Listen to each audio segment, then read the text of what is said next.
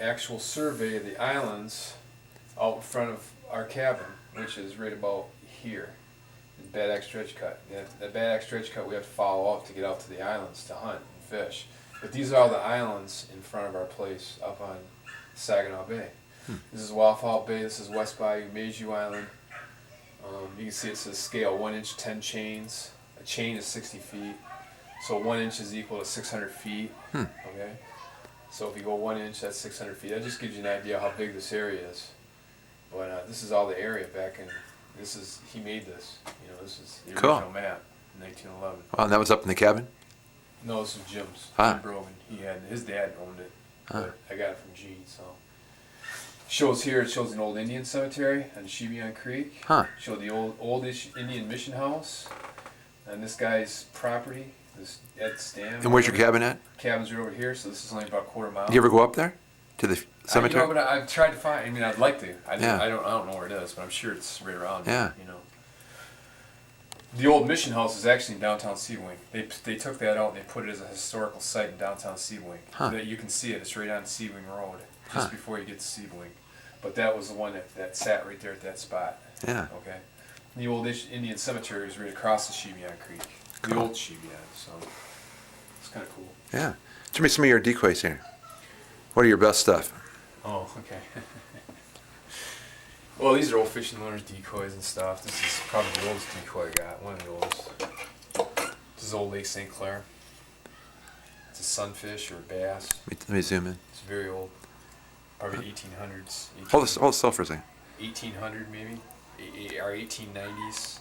I want to say right around there. It's got the yellow glass eyes. Now, what makes it unique? It's early for the wood tail, and you know, and I know the provenance of it. I know where it came from.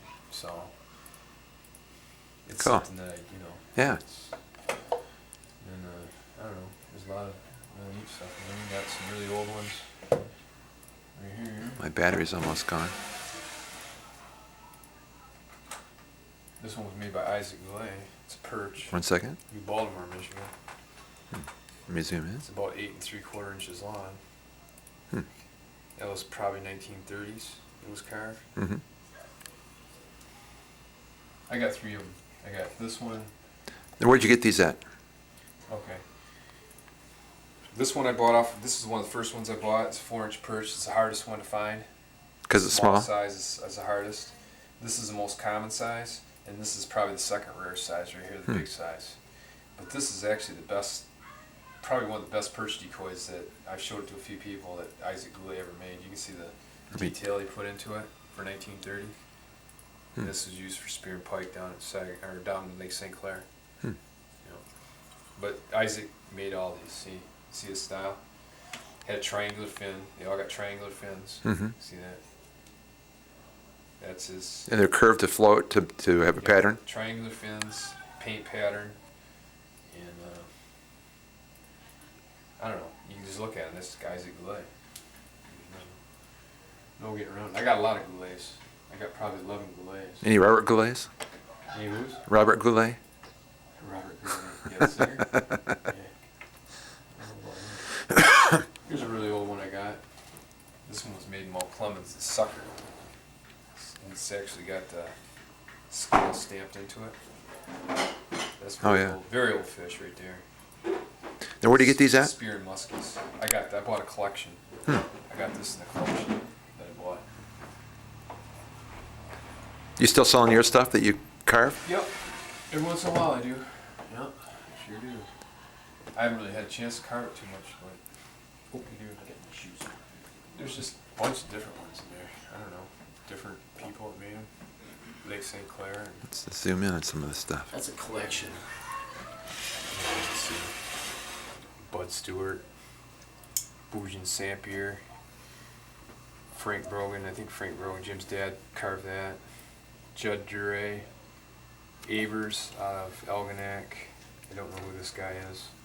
Oscar Peterson, Head and Company, 4 Point. Bud Stewart,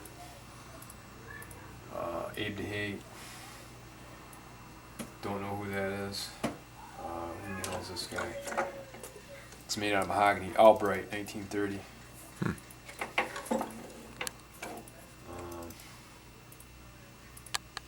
Early Lake St. Clair sunfish, Fairhaven area, probably about 1900. It's about 1900 right there. See how crude it is? Squared off piece of wood. They didn't hardly, they didn't even bother to make it. They didn't care. They just wanted to go down and catch pike. Yeah, spear pike. That's all they cared about. Didn't care what it looked like. Real big fish. It's a walleye. This is about 1900 too. This one right here. Real heavy. Now, how do you date it? That's a river fish right there. From where I got these from, I'm just going by the guy, like Jim. Jim gave me this, so his dad used it, and I would say his dad was in the Spanish-American War in 1898. He was a young fellow, and he used to spear down there in Fairhaven. So the early part of the century, 1910, I want to say 1905, when he was a young man, he used that fish decoy. I don't know who the hell made it, but I want to say it's Finkel, but I'm not sure. Pretty sure that's Gordon Sears. It's got pieces of lead in it to make it rattle. Is that good? No, it's just an attractor. Huh. Oh, they hear it sound? Yeah. Huh. Kind of hear it rattle around. It's Gordon Sears. Let me take a look. There it is. Gordon Sears. Flats. Muskie Manor. Old perch. It's a really old perch from about 1900. Same carver as those other ones that I got. You can see the style he had. Just took nails. Boom, boom. Just hit 2 little indentations for the eyes. That's all they did. Really? Yeah. That's a bent over wire, and it goes right through the lead. It goes right through the lead, so it can't pull out. Wow. They drilled 2 little small holes, put the wire through it, and then poured the lead. That locked it in. Locked the line tie in. Huh. That's the way they used to do it. Another really old fish right here. Very old, 1900. Squared out lead placement in belly. That's an old way of doing it. That's all knife cut. They cut it with a knife. Wow. And then they put their lead in. They never drilled it. They cut it with a knife. That's how you can tell. See how squared it is? Squared off? Took a long time then. Hell yeah, it did. Sharp knife too. That's a little herring right there. About 1900. Fairhaven, Michigan, right there. I got 2 of these. Same style. See? Wow. Oscar Peterson, one of the biggest names in fish decoy. Cadillac, Michigan. Oscar Peterson, sucker. Looks like in good shape, isn't it? It's in real good shape. What are those It's, around, 45 cents, 145, maybe 145, something like that. Whoops, where'd it go? Here we go. Penciled in on the bottom. What do they usually run? About $500 for that one. Because it's in good shape. Maybe even more, I don't know, because it's a sucker. We're doing the tour. This one right here is about 1,500. Let me zoom in. What makes this one special or different? Because it's big. It's Ah. a Perch, it's Isaac Galay. Okay. Is it signed? Does he sign it? No, he didn't, but you know it's The an style? Isaac Galay. Everybody knows it's an Isaac Galay when they look at it. Because he got his own style.